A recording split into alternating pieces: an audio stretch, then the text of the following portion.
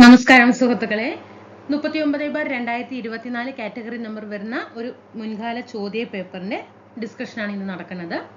അറിയാത്ത ക്വസ്റ്റ്യൻസ് ഒക്കെ നോട്ട് ചെയ്യണം കേട്ടോ. നോട്ട് ചെയ്ത് പഠിക്കണേ, കാരണം റിപ്പീറ്റേഷൻ വരുന്നുണ്ട്. അതുപോലെ നമ്മുടെ പുതിയ SCERT ബേസ് ചെയ്തിട്ട് പുതിയ SCERT 5, 7, 9 സ്റ്റാൻഡേർഡ് മാറിയിട്ടുണ്ട്. ആ അതിലത്തെ 5, 7, 9 കൊണ്ട് ലെസൺസ് ഒക്കെ എന്ത് ചെയ്തിട്ടുണ്ട്, നമ്മുടെ ചാനലിൽ ചെയ്തു വെച്ചിട്ടുണ്ട്, ക്ലാസ്സുകൾ ചെയ്തു വെച്ചിട്ടുണ്ട്. നല്ല രീതിയിൽ പ്രയോജനപ്പെടുത്തുക. നമ്മൾ പാർട്ട് 1, 5, 7, 9 അതുപോലെ ബയോളജി, ഫിസിക്സ്, കെമിസ്ട്രി ഒക്കെ പാർട്ട് 1 കംപ്ലീറ്റ് ചെയ്തിട്ടുണ്ട്. പാർട്ട് 2 ആണ് നമ്മൾ ഇപ്പോൾ കംപ്ലീറ്റ് ചെയ്തുകൊണ്ടിരിക്കുന്നത്. കാരണം പാർട്ട് 2 എന്നൊക്കെ നമുക്ക് ഈ വേരിയസ് എൽജസിനൊക്കെ ക്വസ്റ്റ്യൻ വന്നിട്ടുണ്ട്. അപ്പൊ നെക്സ്റ്റ് പ്രിലിംസിന് സെക്രട്ടറി ആണെങ്കിലും ലാബ് അസിസ്റ്റന്റ് ആണെങ്കിലും അതിന്റെ കൂടെ നടക്കുന്ന എക്സാമുകളിൽ പ്രിലിംസിലും മെയിൻസിലും ഒക്കെ പുതിയ SCERT ഇങ്ങനെ റാങ്ക് മേക്കിംഗ് ആയിട്ട് ക്വസ്റ്റ്യൻസ് കയറി വരും. പഠിക്കണം കേട്ടോ. അപ്പോൾ നമ്മുടെ ചാനലിൽ കയറി നോക്കിയാൽ മതി. ടെലിഗ്രാം ഗ്രൂപ്പിൽ ജോയിൻ ചെയ്യാനോ. നല്ല തിരക്കായത് കൊണ്ടാണ് നമുക്ക് ഇവിടെ ക്ലാസ് ഇടലും പിന്നെ പേഴ്സണൽ ആയിട്ടുള്ള വിഷയങ്ങൾ എല്ലാം കൂടിയിട്ടാകുമ്പോൾ നമുക്ക് എന്താണ് ആ പ്ലേലിസ്റ്റിൽ ക്രിയേറ്റ് ചെയ്യുന്നതിലൊക്കെ ചെറിയൊരു മിസ്റ്റേക്ക് ഒക്കെ വരാറുണ്ട്. അപ്പൊ നിങ്ങൾ ഒരു കാര്യം ചെയ്യുക, ടെലിഗ്രാമിൽ അങ്ങോട്ട് ജോയിൻ ചെയ്യുക കേട്ടോ. ടെലിഗ്രാമിൽ ലിങ്ക് കൊടുക്കുക. അതിൽ ജോയിൻ ചെയ്ത് കഴിഞ്ഞാൽ നിങ്ങൾക്ക് ഒന്നും പേടിക്കണ്ട. നിങ്ങൾക്ക് സ്ക്രോൾ ചെയ്തിട്ട് മേലേക്ക് നോക്കി കഴിഞ്ഞാൽ തന്നെ ക്ലാസ്സിൽ ഓർഡർ ആയിട്ട് കിടക്കുന്നുണ്ടാവും. അപ്പൊ നിങ്ങൾ അത് പഠിച്ചാൽ മതി. ഓക്കെ, അപ്പൊ അത് ചെയ്യാനായിട്ട് ശ്രമിക്കുക കേട്ടോ. നമുക്ക് ക്ലാസ്സിലേക്ക് കിടക്കാം. യുനെസ്കോയുടെ ലോക പൈതൃക പദവി ലഭിച്ച ഇന്ത്യയിലെ സർവകലാശാലയാണ് ഏത്? യുനെസ്കോയുടെ ലോക പൈതൃക പദവി ലഭിച്ച ഇന്ത്യയിലെ സർവകലാശാല വിശ്വഭാരതി സർവകലാശാലയാണ്. സ്ഥാപകൻ ആരാണ്? രവീന്ദ്രനാഥ ടാഗോർ ആണ്. 1921 വിശ്വഭാരതി സർവകലാശാല സ്ഥാപിക്കുന്നത്. JC ഡാനിയൽ പുരസ്കാരം ആദ്യമായി ലഭിച്ചത് ആർക്കാണ്? TE Vasudevan.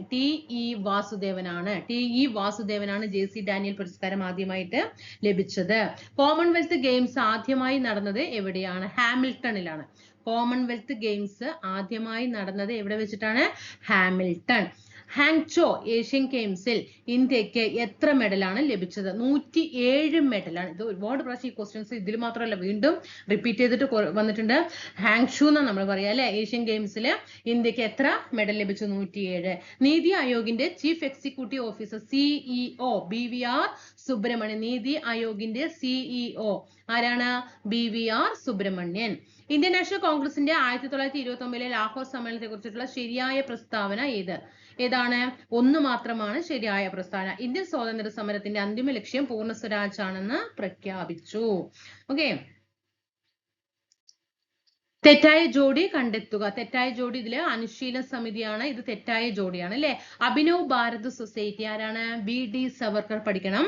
Abhinav Bharat society VD Savarkar. Ghadar party Lala Hardayal. പിന്നെ Indian republican army Surya Sen. Indian republican army. ഇത് സ്പെഷ്യൽ ആയിട്ട് വേറെ തന്നെ ചോദിച്ചിട്ടുണ്ട് ക്വസ്റ്റ്യൻസ്. ശാശ്വത ഭൂനികുതി വ്യവസ്ഥയെ കുറിച്ചിട്ട് ശരിയായ പ്രസ്താവന. ശാശ്വത ഭൂനികുതി വ്യവസ്ഥ ആരാണ് കൊണ്ടുവന്നത്? ശരിയായ പ്രസ്താവന നോക്കൂ. ശാശ്വത ഭൂനികുതി വ്യവസ്ഥയിൽ ഒരു പ്രദേശത്തെ നികുതി പിരിച്ചെടുത്തിരുന്നത് സെമീൻദാർമാർ ആയിരുന്നു. ശരിയാണോ? ഇവിടെ ചോദ്യം എന്താണ്? ശരിയായ പ്രസ്താവനയാണ് അല്ലെ. ശരിയായ പ്രസ്താവനയാണ്. ശാശ്വത ഭൂനികുതി വ്യവസ്ഥ വടക്കു പടിഞ്ഞാറൻ ഇന്ത്യയിലാണ്. അല്ലെ. മഹൽവാരി വ്യവസ്ഥയാണ് വടക്കു പടിഞ്ഞാറൻ ഇന്ത്യയിൽ നടപ്പിലാക്കിയത്. ശാശ്വത ഭൂനികുതി വ്യവസ്ഥ എവിടെയാണ്? ബംഗാൾ, ബീഹാർ, ഒറീസ എന്നീ ഭാഗങ്ങളിലാണ് എന്ത് ചെയ്തിട്ടുണ്ടായിരുന്നത്? ശാശ്വത ഭൂനികുതി വ്യവസ്ഥ നടപ്പിലാക്കിയത്. കോൺവാലിസ് പ്രഭു ഗവർണർ ജനറൽ ആയിരുന്ന കാലത്താണ് ശാശ്വത ഭൂനികുതി വ്യവസ്ഥ എന്ത് ചെയ്തത്? നടപ്പിലാക്കിയത്. ഇന്ത്യയുടെ മുഖ്യ വിവരാവകാശ കമ്മീഷണർ ഹീരാലാൽ സാമരിയ. ഇന്ത്യയുടെ മുഖ്യ വിവരാവകാശ കമ്മീഷണർ ആരാണ്? ഇന്ത്യയുടെയാണ് മുഖ്യ വിവരാവകാശ കമ്മീഷണർ ഹീരാലാൽ സാമരിയ. ഉത്തരപർവ്വത മേഖലയിൽ സ്ഥിതി ചെയ്യുന്ന ഉത്തരാഖണ്ഡ്, ടിബറ്റ് എന്നിവയെ തമ്മിൽ ബന്ധിപ്പിക്കുന്ന പ്രധാനപ്പെട്ട ചുരം ലിപ്പുലെ ചുരം. ഉത്തരാഖണ്ഡ്, ടിബറ്റ്. താഴെ തന്നിരിക്കുന്നവയിൽ ഹിമാലയൻ നദിയുമായി ബന്ധപ്പെട്ട ശരിയായ പ്രസ്ഥാനം. ഹിമാലയൻ നദി പറയുമ്പോൾ ഏതൊക്കെയാണ് ഹിമാലയൻ നദികൾ ഏതൊക്കെ വരും? സിന്ധു, ഗംഗ, ബ്രഹ്മപുത്ര അല്ലെ. സിന്ധു, അതുപോലെ ഗംഗ, ബ്രഹ്മപുത്ര. ഈ 3 നദികളാണ് ഹിമാലയൻ നദികൾ എന്ന് പറയുന്നത്. അതിന്റെ പ്രത്യേകതകള് അതിവിസ്തൃതമായ വൃഷ്ടി പ്രദേശമാണ്. എന്താണ്? ശരിയായ പ്രസ്താവനയാണ്. പിന്നെ ഏതാണ് ശരി? താരതമ്യേന വീതി കുറഞ്ഞ വൃഷ്ടി പ്രദേശമാണ്. താരതമ്യേന വിസ്തൃതി കുറഞ്ഞ വൃഷ്ടി പ്രദേശമാണ് ഏത്? ഹിമാലയൻ നദികൾ കേട്ടോ. അപ്പൊ 2 ആൻസർ പഠിച്ചു വെക്കണം. ചുവടെ തന്നിരിക്കുന്നവയിൽ മില്യൺ ഷീറ്റുകളുടെ തോത് 1:എത്രയാണ്? 10 ലക്ഷം. നവംബർ മുതൽ മാർച്ച് വരെയുള്ള ഇന്ത്യയിലെ കാർഷിക കാലാവസ്ഥ ഏതാണ്? റാബി ആണ്. ജൂണിൽ സ്റ്റാർട്ട് ചെയ്യുകയാണെങ്കിൽ ഏതാണ്? അത് ഖാരിഫ് വിളയാണ് അല്ലെ. നല്ല വേനൽക്കാലത്താണെങ്കിൽ മാർച്ച് ഏപ്രിൽ മെയ്യിലൊക്കെ ആണെങ്കിൽ സെയ്ദാണ്. അപ്പൊ അതിന്റെ ഇടയിൽ വരുന്നതാണ് ഏത്? അതിന്റെ ഇടയിൽ വരുന്നതാണ് റാബി. ഇടുക്കി കേരളത്തിലെ ഏറ്റവും വലിയ ജില്ലയാകും. ഇപ്പൊ ഏതാണ് ആദ്യം ഏറ്റവും വലിയ ജില്ല? പാലക്കാടായിരുന്നു അല്ലെ. പിന്നീട് ഇപ്പൊ എന്താണ്? ഇടുക്കിയാണ് കേരളത്തിലെ ഏറ്റവും വലിയ ജില്ല. അത് ആകാൻ കൂട്ടിച്ചേർത്ത വില്ലേജ് ഏതാണ്? ഇടമലക്കുടിയാണ് കേട്ടോ. ഇടമലക്കുടി. പുറംപണിയുമായി ബന്ധമില്ലാത്തത് ഏതാണ്? 4 മാത്രമാണ് പുറംപണിയുമായിട്ട് ബന്ധമില്ലാത്തത്. നോക്കൂ, 1991 സാമ്പത്തിക പരിഷ്കാരങ്ങൾ അത് ഔട്ട്സോഴ്സിംഗുമായിട്ട് ബന്ധമുള്ളതാണ്. 1991 പുത്തൻ സാമ്പത്തിക പരിഷ്കാരങ്ങൾ പഠിക്കാറുണ്ട്. അതുപോലെ സേവന മേഖല, ആഗോളവൽക്കരണം, ഇതൊക്കെ എന്താണ്? പുറംപണിയുമായിട്ട് ബന്ധമുള്ളതാണ്. ഏഷ്യൻ ഗെയിംസ് 2023 ഇന്ത്യയുടെ മെഡൽ നില താഴെ തന്നിരിക്കുന്നവയിൽ ശരിയായത് കണ്ടെത്തുക. ഏഷ്യൻ ഗെയിംസിൽ 2023 28 ഗോൾഡ്, പിന്നെ 38, അതിന്റെ കൂടെ 10 കൂട്ട, 38 വെള്ളി, 41 വെങ്കലം. ഇന്ത്യയുടെ ധാതു കലവറ എന്നറിയപ്പെടുന്ന പ്രദേശം ഏതാണ്? ഛോട്ടാ നാഗ്പൂർ ആണ്. ഇന്ത്യയിലെ ആസൂത്രണ കമ്മീഷനുമായിട്ട് ബന്ധമില്ലാത്തത് 1950 ആസൂത്രണ കമ്മീഷൻ സ്ഥാപിതമായി. ശരിയാണ്. ഇന്ത്യൻ പഞ്ചവത്സര പദ്ധതികൾ തയ്യാറാക്കുന്നത് ആരാണ്? ആസൂത്രണ കമ്മീഷനാണ്. നീതി ആയോഗിലെ ആസൂത്രണ കമ്മീഷന് പകരം വന്നതാണ് ഏത്? നീതി ആയോഗ്. അപ്പൊ ആൻസർ ഇവിടെ റിസർവ് ബാങ്ക് ആണ്. തെറ്റാണ്. പിന്നെ തെറ്റായത് വായിക്കണ്ടെന്ന് പറഞ്ഞിട്ടാണ് കേട്ടോ. സപ്തർഷി എന്ന പദം താഴെ തന്നിരിക്കുന്നവയിൽ ഏതുമായി ബന്ധപ്പെട്ടിരിക്കുന്നു? 2023 24 യൂണിയൻ ബജറ്റിൽ ഒരു 7 പദ്ധതികൾ കൊണ്ടുവന്നതുമായിട്ട് ബന്ധപ്പെട്ടിട്ടാണ് സപ്തർഷി എന്ന പദം. താഴെ പറയുന്നവയിൽ ഭരണഘടനാ നിർമ്മാണ സഭയുമായി യോജിക്കുന്ന പ്രസ്താവന. ഭരണഘടനാ നിർമ്മാണ സഭ ഏതൊക്കെയാണ് യോജിക്കുന്ന പ്രസ്താവന? 2ഉം 4ഉമാണ് യോജിക്കുന്നത്. 1946 ക്യാബിനറ്റ് മിഷൻ പ്ലാൻ നിർദ്ദേശിച്ച മാർഗനിർദ്ദേശങ്ങൾക്കനുസരിച്ചിട്ടാണ് ഭരണഘടനാ നിർമ്മാണ സഭ രൂപീകരിച്ചത്. ഭരണഘടനയുടെ അന്തിമ കരട് രേഖ 49 നവംബർ 26 അംഗീകരിച്ചു. നമുക്കറിയാം ഭരണഘടനാ നിർമ്മാണ സഭ ഭരണഘടന അംഗീകരിച്ച ദിവസമാണ്. അതേപോലെ തന്നെ ആമുഖത്തിൽ കാണപ്പെടുന്ന ഒരേ ഒരു ഡേറ്റ് ആണ് ഏത്? 1949 നവംബർ 26. ഭരണഘടനാ ദിനം എന്ന് ചോദിക്കുമ്പോൾ ഏതാണ്? നവംബർ 26. ഇന്ത്യൻ ഭരണഘടനയുടെ ആമുഖവുമായി ബന്ധപ്പെട്ട് യോജിക്കുന്ന പ്രസ്താവനകൾ ഏതൊക്കെയാണ്? 1ഉം 2ഉം 3ഉമാണ് യോജിക്കുന്ന പ്രസ്താവനകൾ. ഞങ്ങൾ ഇന്ത്യയിലെ ജനങ്ങൾ അല്ലെ, നാം ഭാരതത്തിലെ ജനങ്ങൾ എന്ന വാക്കുകളോടെയിട്ടാണ് അല്ലെ ആമുഖം ആരംഭിക്കുന്നത്. അതുപോലെ ഭരണഘടനാ നിർമ്മാണ സഭ അംഗീകരിച്ച ജവഹർലാൽ നെഹ്റുവിന്റെ ലക്ഷ്യപ്രമേയമാണ് ഇന്ത്യൻ ഭരണഘടനയുടെ ആമുഖത്തിന് പിന്നിലെ ആദർശങ്ങൾ. 1976 42ാം ഭരണഘടനാ ഭേദഗതി നിയമത്തിലൂടെ ഇന്ത്യൻ ഭരണഘടനയുടെ ആമുഖത്തില് സെക്യുലർ എന്ന പദം കൂട്ടിച്ചേർത്തു. ഇന്ത്യൻ ഭരണഘടനയുടെ എത്രാമത്തെ ഭാഗത്താണ് പൗരത്വത്തെ കുറിച്ച് പ്രതിപാദിക്കുന്നത്? ഭാഗം 2 പൗരത്വം ഭാഗം 2. ഭാഗം 3 മൗലിക അവകാശം ഭാഗം 3. ഭാഗം 4 മാർഗനിർദ്ദേശക തത്വങ്ങൾ 4A മൗലിക കടമ. ഇന്ത്യൻ ഭരണഘടനയുടെ ഹൃദയവും ആത്മാവും എന്ന് ഡോക്ടർ BR അംബേദ്കർ വിശേഷിപ്പിച്ചത് ഏത് ആർട്ടിക്കിളാണ്? ആർട്ടിക്കിൾ 32. അതായത് ഭരണഘടന, അതായത് നമുക്ക് പരിഹാരം കാണാനുള്ള ഓരോ ബില്ലിലും എന്താണ്? ഭരണഘടനാ ഭേദഗതി നടപ്പിലാക്കാനുള്ള പരിഹാരം കാണാനുള്ളതാണ് ആർട്ടിക്കിൾ 32 പറയുന്നത്. അതിനെയാണ് ഹൃദയവും ആത്മാവും എന്ന് പറയുന്നത്. ഇന്ത്യയിൽ പഞ്ചായത്ത് രാജ് സംവിധാനം നടപ്പിലാക്കിയ 73ാം ഭരണഘടനാ ഭേദഗതി നിയമവുമായി ബന്ധപ്പെട്ട യോജിക്കുന്ന പ്രസ്താവനകൾ ഏത്? 73ാം ഭേദഗതിയുമായി ബന്ധപ്പെട്ടിട്ട് 1ഉം 2ഉം 4ഉമാണ് ഇവിടെ ശരിയായിട്ടുള്ള പ്രസ്താവനകൾ. സംസ്ഥാനങ്ങളിൽ ഗ്രാമപഞ്ചായത്ത്, ബ്ലോക്ക് പഞ്ചായത്ത്, ജില്ലാ പഞ്ചായത്ത് എന്ന ത്രിതല സംവിധാനം സ്ഥാപിക്കുന്നതിന് നിയമം വ്യവസ്ഥ ചെയ്തു. ഇപ്പൊ നിലവിലുള്ളതും അങ്ങനെ തന്നെയല്ലേ? ഗ്രാമപഞ്ചായത്ത്, ബ്ലോക്ക് പഞ്ചായത്ത്, ജില്ലാ പഞ്ചായത്ത്. 1, 2 പഞ്ചായത്തിൽ 3 തലങ്ങളിലേക്കും 5 വർഷത്തെ ഓഫീസ് കാലാവധി നിയമത്തിൽ വ്യവസ്ഥ ചെയ്യുന്നു. ശരിയാണ്. പഞ്ചായത്തിന്റെ എല്ലാ തലങ്ങളിലുമുള്ള മൊത്തം സീറ്റുകളുടെ 3 കുറയാത്തത് സ്ത്രീകൾക്കായിട്ട് സംവരണം ചെയ്യുന്നു. താഴെ പറയുന്നവയിൽ ഭരണഘടനാ സ്ഥാപനം അല്ലാത്തത്? UPSC ഭരണഘടനാ സ്ഥാപനമാണ്. തെരഞ്ഞെടുപ്പ് കമ്മീഷൻ ഭരണഘടനാ സ്ഥാപനമാണ്. അറ്റോർണി ജനറൽ ഭരണഘടനാ സ്ഥാപനം. കാരണം ആർട്ടിക്കിൾ പറയുന്നതെല്ലാം എന്താണ്?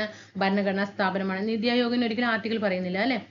ലോക്സഭയിലും സംസ്ഥാന നിയമസഭകളിലും 1/3 സീറ്റുകൾ സ്ത്രീകൾക്കായി സംവരണം ചെയ്യുന്നതിനായിട്ട് പാർലമെന്റിൽ പാസാക്കിയ ഇന്ത്യൻ ഭരണഘടനയുടെ 106ാം ഭേദഗതി നിയമത്തിന് നൽകിയിരിക്കുന്ന പേര് നാരി ശക്തി വന്ദൻ അധിനിയം അല്ലെ. പുതിയ പാർലമെന്റ് മന്ദിരത്തിൽ ആദ്യമായിട്ട് കൊണ്ടുവന്ന ബില്ലാണ് ഏത്? നാരി ശക്തി വന്ദൻ അധിനിയം. ഏതാണ് ഭേദഗതി? 106. സംസ്ഥാന പബ്ലിക് സർവീസ് കമ്മീഷൻ അംഗങ്ങളെ നിയമിക്കുന്നത് ഗവർണറാണ്. നീക്കം ചെയ്യുന്നത് പ്രസിഡന്റ്. കേരള സംസ്ഥാന ദുരന്ത നിവാരണ അതോറിറ്റിയുടെ ചെയർമാൻ മുഖ്യമന്ത്രി. മാതാപിതാക്കൾ രണ്ടുപേരും അഥവാ ഒരാൾ മരണപ്പെട്ട് രണ്ടുപേരും മരണപ്പെടുകയോ അല്ലെങ്കിൽ ഒരാൾ മരണപ്പെട്ട് സാമ്പത്തിക പരാധീനത അനുഭവിക്കുന്ന കുടുംബങ്ങളിലെ കുട്ടികൾക്ക് സ്വഭവനങ്ങളിൽ അല്ലെങ്കിൽ ബന്ധുഭവനങ്ങളിൽ താമസിച്ച് വിദ്യാഭ്യാസം ചെയ്യാൻ കേരള സാമൂഹ്യ സുരക്ഷാ മിഷൻ പ്രതിമാസം നൽകുന്ന ധനസഹായ പദ്ധതിയുടെ പേരാണ് സ്നേഹപൂർവം. താഴെ പറയുന്നവയിൽ ദാരിദ്ര്യ നിർമ്മാർജ്ജനം ലക്ഷ്യമാക്കി സംസ്ഥാന തദ്ദേശ സ്വയംഭരണ വകുപ്പ് ആവിഷ്കരിച്ച കുടുംബശ്രീയുമായിട്ട് ബന്ധപ്പെട്ട ശരിയായ പ്രസ്താവനകളാണ്. 4 പ്രസ്താവനകളും ശരിയാണ്. അപ്പോൾ ഓരോന്ന് പഠിച്ചു വരാം നമുക്ക്. കുടുംബശ്രീയുമായിട്ട് 4 പോയിന്റ്. കുടുംബശ്രീ സംഘടനാ സംവിധാനത്തിലെ അടിസ്ഥാന ഘടകം അയൽക്കൂട്ടങ്ങളാണ്. ശരിയാണ്. വാർഡ് തലത്തിൽ ഓരോ അയൽക്കൂട്ടങ്ങളിൽ നിന്നും പ്രതിനിധികളെ ഉൾപ്പെടുത്തി രൂപീകരിക്കുന്നതാണ് area development society, ADS. Kudumbashree സംവിധാനത്തിന്റെ അടിത്തറയായ ലഘു സമ്പാദ്യ പദ്ധതിയാണ് മൈക്രോ ഫിനാൻസ് പദ്ധതി. സംസ്ഥാന സർക്കാരിന്റെ തദ്ദേശ സ്വയംഭരണ വകുപ്പിന്റെ നിയന്ത്രണത്തിലാണ് കുടുംബശ്രീ പ്രവർത്തിക്കുന്നത്. ശരിയാണ്. 4 പോയിന്റും പഠിച്ചു വെക്കണം കേട്ടോ. കണ്ണുനീരിൽ അടങ്ങിയിരിക്കുന്ന രാസാഗ്നി ഏതാണ്? ലൈസോസൈം ആണ്. ലൈസോസൈം. ഓട്ടിസം ബാധിച്ചവരുടെ സമഗ്ര പുരോഗതിക്കായിട്ട് കേരള സാമൂഹ്യ സുരക്ഷാ മിഷൻ നടപ്പിലാക്കുന്ന പദ്ധതിയാണ് സ്പെക്ട്രം. ചിപ്കോ പ്രസ്ഥാനത്തിൽ നിന്ന് പ്രചോദനം ഉൾക്കൊണ്ട രൂപം കൊണ്ട പരിസ്ഥിതി സംഘടനയായ അപ്പിക്കോ ഇന്ത്യയിൽ ഏത് സംസ്ഥാനവുമായിട്ട് ബന്ധപ്പെട്ടിരിക്കുന്നു? അപ്പിക്കോ പ്രസ്ഥാനം കർണാടകയാണ് കേട്ടോ. കർണാടക. ചിപ്കോ പ്രസ്ഥാനം 1973 അല്ലേ? ചുവടെ കൊടുത്തിരിക്കുന്നവയിൽ നിന്നും ജീവിതശൈലി രോഗങ്ങൾ തിരിച്ചറിയുക. ഫാറ്റി ലിവർ, കൊളസ്ട്രോൾ വരുന്നത് ജീവിതശൈലി രോഗമാണ്. പ്രമേഹമാണ്. ഹീമോഫീലിയ വരില്ല അല്ലെ? 1ഉം 2ഉമാണ് ശരിയായ പ്രസ്താവന. കോൺവെക്സ് ദർപ്പണവുമായി ബന്ധപ്പെട്ട ശരിയായ പ്രസ്താവനകൾ ഏത്? കോൺവെക്സ് ആണ്. കോൺവെക്സ് ദർപ്പണവുമായിട്ട് 2ഉം 3ഉമാണ് ശരി. പ്രതിബിംബം എല്ലായ്പ്പോഴും മുഖ്യ ഫോക്കസിനും പോളിനും ഇടയിലായിരിക്കും പ്രതിബിംബം. റിയർ വ്യൂ മിററായിട്ട് ഉപയോഗിക്കുന്നു. വാഹനങ്ങളുടെയൊക്കെ റിയർ വ്യൂ മിററായിട്ട് ഏതാണ് ഉപയോഗിക്കുന്നത്? കോൺവെക്സ് ആണ്. ഒരു ദ്രാവകത്തിൽ ഒരു വസ്തുവിന് അനുഭവപ്പെടുന്ന പ്ലവക്ഷമ ബലവുമായി ബന്ധപ്പെട്ട് താഴെ പറയുന്ന പ്രസ്താവനകളിൽ ശരിയായത് ഏതെന്ന് കണ്ടെത്തുക. ദ്രാവകത്തിൽ അനുഭവപ്പെടുന്ന പ്ലവക്ഷമ ബലമാണ് ഇവിടെ ചോദ്യം. ഇവയെല്ലാം ശരിയാണ്. അപ്പൊ 3 പോയിന്റും അറിയില്ലെങ്കിൽ നോട്ട് ചെയ്ത് വെക്കണം കേട്ടോ. പ്ലവക്ഷമ ബലം വസ്തുവിന്റെ വ്യാപ്തത്തെ ആശ്രയിക്കും. പിന്നെ അതുപോലെ അത് ആദേശം ചെയ്യുന്ന ദ്രാവകത്തിന്റെ ഭാരത്തിന് തുല്യമായിരിക്കും. അതുപോലെ സാന്ദ്രതയെയും സ്വാധീനിക്കും. ആ ദ്രാവകവുമായിട്ട് പ്ലവക്ഷമ ബലം ഉള്ള ബന്ധമാണ് ചോദിക്കുന്നത്. ആ ദ്രാവകത്തിന്റെ വ്യാപ്തത്തെ ആശ്രയിക്കും, ദ്രാവകത്തിന്റെ സാന്ദ്രതയെ ആശ്രയിക്കും, അതിന്റെ ഭാരത്തിന് തുല്യവുമായിരിക്കും. ISROയുടെ ചന്ദ്രയാൻ 3 ദൗത്യവുമായി ബന്ധപ്പെട്ട ശരിയായ പ്രസ്താവനകൾ ഏത്? എല്ലാം ശരിയാണ്. 1, 2, 3 പഠിക്കണം. 2023 ജൂലൈ 14 സതീഷ് ധവാൻ ബഹിരാകാശ കേന്ദ്രത്തിൽ നിന്ന് വിക്ഷേപിച്ചു. ശരിയാണ്. 2023 ഓഗസ്റ്റ് 5 ചന്ദ്രന്റെ ഭ്രമണപഥത്തിൽ പ്രവേശിച്ചു. അതുപോലെ 2023 ഓഗസ്റ്റ് 23 ചന്ദ്രന്റെ ദക്ഷിണ ധ്രുവത്തിന് സമീപം ലാൻഡ് ചെയ്തു. അതുകൊണ്ടാണ് ഓഗസ്റ്റ് 23 ബഹിരാകാശ ദിനമായിട്ട് ഇപ്പോൾ ആചരിച്ചു വരുന്നത്. ഓക്കെ. X എന്ന മൂലകത്തിന്റെ ആറ്റത്തിൽ 3 ഷെല്ലുകൾ ഉണ്ട്. ഈ മൂലകത്തിന്റെ ബാഹ്യതമ ഷെല്ലിൽ 1 ഇലക്ട്രോൺ അടങ്ങിയിരിക്കുന്നു. ഈ മൂലകം ഏതു പീരീഡിലും ഗ്രൂപ്പിലും ഉൾപ്പെടുന്നു? 3ാമത്തെ പീരീഡിലും 3 ഷെല്ലുകൾ ഉണ്ട് എന്ന് പറയുമ്പോൾ തന്നെ എത്ര പീരീഡാണ്? 3ാം പീരീഡാണ്. പിന്നെ 1ാമത്തെ ഗ്രൂപ്പുമാണ്. വാതക തന്മാത്രകളുമായി ബന്ധപ്പെട്ട ശരിയായ പ്രസ്താവനകൾ. വാതക തന്മാത്രകളുമായിട്ട് 2ഉം 3ഉമാണ് ശരി. വാതക തന്മാത്രകളുടെ ഊർജം വളരെ കൂടുതൽ ആയിരിക്കും. കാരണം വാതകത്തില് ഒരു തന്മാത്രകൾ എന്ന് പറയുന്ന സമയത്ത് എപ്പോഴും എങ്ങനെയായിരിക്കും? അകലം പാലിച്ചിട്ടായിരിക്കും സ്ഥിതി ചെയ്യുന്നത്. ഓക്കെ. അപ്പൊ അവ തമ്മിലുള്ള ഊർജം എന്തായിരിക്കും? കൂടുതലായിരിക്കും. അതുപോലെ ഇതുണ്ട്, ഇവിടെ തെറ്റ് വന്നിരിക്കുന്നുണ്ട്. വാതക തന്മാത്രകളുടെ അകലം വളരെ കുറവല്ല, ഇവിടെ കൂടുതൽ എന്ന് വരണം. ഓക്കെ. അപ്പൊ ഇത് തെറ്റാണ്. വാതക തന്മാത്രകളുടെ ഊർജം വളരെ കൂടുതലായിരിക്കും. വാതക തന്മാത്രകളുടെ കൂട്ടിമുട്ടലുകൾ പൂർണ്ണമായും ഇലാസ്റ്റിക സ്വഭാവമുള്ളതായതിനാൽ ഊർജ നഷ്ടം സംഭവിക്കുന്നില്ല. ഓക്കെ. ഇത് വന്നിട്ട് ഇങ്ങനെ ഒന്ന് മുട്ടുന്ന സമയത്ത് ഒരു എങ്ങനെയായിരിക്കും? ഇപ്പൊ ഖരപദാർത്ഥങ്ങളിലാകുമ്പോൾ അടുപ്പിച്ചിട്ടായിരിക്കും സ്ഥിതി ചെയ്യുന്നത്. അപ്പൊ ഇത് വന്നിട്ട് മുട്ടുന്ന സമയത്ത് തന്മാത്ര മുട്ടുമ്പോൾ നല്ല പ്രഷർ ഉണ്ടാവും. പക്ഷെ വാതക തന്മാത്രകളിൽ അങ്ങനെ ആയിരിക്കില്ല. അതൊരു ജസ്റ്റ് ഒരു ഇലാസ്റ്റിക സ്വഭാവമുള്ളതായിരിക്കും എന്നാണ് പറയുന്നത്. ഓക്കെ. 2, 3 ശരിയാണ്. 2023 രസതന്ത്ര നോബൽ പ്രൈസ് പുരസ്കാരം താഴെ പറയുന്നവയിൽ ഏത് വിഷയവുമായി ബന്ധപ്പെട്ടതാണെന്ന് കണ്ടെത്തുക. രസതന്ത്രം 2023 ഏതാണ്? ക്വാണ്ടം ഡോട്ടുകളുടെ കണ്ടുപിടുത്തവും അതിന്റെ സങ്കലനവും. 2023 രസതന്ത്ര നോബൽ കേട്ടോ. 40 ക്വസ്റ്റ്യൻ ആണ് ഇതിൽ നമുക്ക് പഠിക്കാനുള്ളത്. പിന്നെ സ്പെഷ്യൽ ടോപ്പിക്കാണ് മറ്റത് വരുന്നത്. അതുകൊണ്ടാണ് ഇത് ആഡ് ചെയ്യേണ്ടിരുന്നത്. പഠിച്ചല്ലോ. അപ്പൊ അറിയാത്ത ക്വസ്റ്റ്യൻസ് ഒക്കെ ഉണ്ടെങ്കിൽ നോട്ട് ചെയ്ത് വെക്കണം കേട്ടോ. നല്ല മാർക്കായിരിക്കും. നല്ല മാർക്ക് കിട്ടും. അറിയാത്ത ക്വസ്റ്റ്യൻസ് ഒക്കെ നോട്ട് ചെയ്ത് വെച്ചാൽ മാർക്ക് കിട്ടില്ല കേട്ടോ. പഠിക്കണേ. പഠിച്ചു പോയാൽ ഒപ്പം പറഞ്ഞ് പഠിച്ചും കൊണ്ടുപോകണം. നന്നായിട്ട് SCRT ഒക്കെ പുതിയ SCRT ഒക്കെ ചോദിച്ചിട്ടുണ്ട്. നമ്മുടെ LGS നേരത്തെ പറയുന്ന ക്ലാസ്സിൽ വരും കേട്ടോ. ഇനി ഞാൻ നാളെ അടുത്ത 5ാം ക്ലാസ്സിലെ അടുത്തൊരു ലെസണുമായിട്ട് വരും. പിന്നെ ഏതാണെന്നറിയോ ചോദ്യം? നമ്മുടെ ബേക്കൽ കോട്ട നമ്മൾ പറഞ്ഞില്ലേ LGS വന്നിട്ടുണ്ടായിരുന്നില്ലേ, ബേക്കൽ കോട്ട, കാസർഗോഡിലെ ബേക്കൽ കോട്ട ഏത് വില്ലേജിലാണ്, കാസർഗോഡ് ഏത് വില്ലേജിലാണ്, പള്ളിക്കര വില്ലേജ്, അത് പുതിയ SCRT ക്വസ്റ്റ്യൻ ആണ്. ഓക്കെ, ഞാനും വായിച്ചിട്ട് ഇപ്പൊ നമ്മൾ ആ ഭാഗം റിവിഷൻ ചെയ്യുന്ന സമയത്ത് ആ ഭാഗങ്ങൾ എടുത്ത് പഠിക്കുന്ന സമയത്ത് നിങ്ങൾക്ക് വേണ്ടിയിട്ട് നോട്ട് തയ്യാറാക്കി കൊണ്ടിരിക്കുമ്പോഴാണ് ആ ക്വസ്റ്റ്യൻ കണ്ടത്. അപ്പോൾ പുതിയ SCRT ക്വസ്റ്റ്യൻസ് വന്നിട്ടുണ്ട്. കണ്ടോ, പള്ളിക്കര എന്ന് കയറ്റി കഴിഞ്ഞാൽ സുഖമായിട്ട് മാർക്ക് കിട്ടും. ഓക്കെ, അപ്പം എന്താ പറയാനുള്ളത്? ഓക്കെ, നന്നായി പഠിക്കുക കേട്ടോ. ടെലിഗ്രാം ഗ്രൂപ്പിൽ കൂട്ടുകാർ തീർച്ചയായിട്ടും ജോയിൻ ചെയ്യാനായിട്ട് ശ്രമിക്കുക കേട്ടോ. ചിലപ്പോൾ എനിക്ക് അവിടെ പ്ലേലിസ്റ്റിലൊന്നും, ഞാൻ പ്ലേലിസ്റ്റ് ഓരോന്ന് വിഷയങ്ങൾ ചെയ്തിട്ട് പോകുന്നുണ്ട്, ചിലപ്പോൾ അതിന് വേറെ ആക്കാനായിട്ട് എനിക്ക് സാധിച്ചില്ല, തിരക്കുകൾ കൊണ്ടാണ്. അപ്പോൾ അതൊന്ന് ക്ഷമിക്കുക. കൂട്ടുകാർ ടെലിഗ്രാം ഗ്രൂപ്പിൽ ജോയിൻ ചെയ്യുക കേട്ടോ. അപ്പോൾ നിങ്ങൾക്ക് അവിടെ നിന്ന് എന്ത് ചെയ്യാം, ക്ലാസ്സുകൾ വ്യക്തമായിട്ട് കാണാനായിട്ട് സാധിക്കും. താഴെ കമന്റ് ചെയ്തിട്ട് പോവുക. എന്നും പറയുന്ന പോലെ തന്നെ സ്നേഹത്തോടെ പറയാണ്, സബ്സ്ക്രൈബ് ചെയ്യാതെ കാണുന്നുണ്ടെങ്കിൽ കൂട്ടുകാർ ഒന്ന് സബ്സ്ക്രൈബ് ചെയ്ത് സപ്പോർട്ട് ചെയ്യണം കേട്ടോ. അതുപോലെ റൈറ്റ് കാണുന്ന ബെൽ ബട്ടൺ കൂടി എനേബിൾ ചെയ്തിരുന്നേ. പിന്നെ താഴെ കമന്റ് ചെയ്യണം, ലൈക്ക് ചെയ്യുക, ഷെയർ ചെയ്യുക. അടുത്ത ക്ലാസ്സിൽ കാണാം കേട്ടോ. Thank you.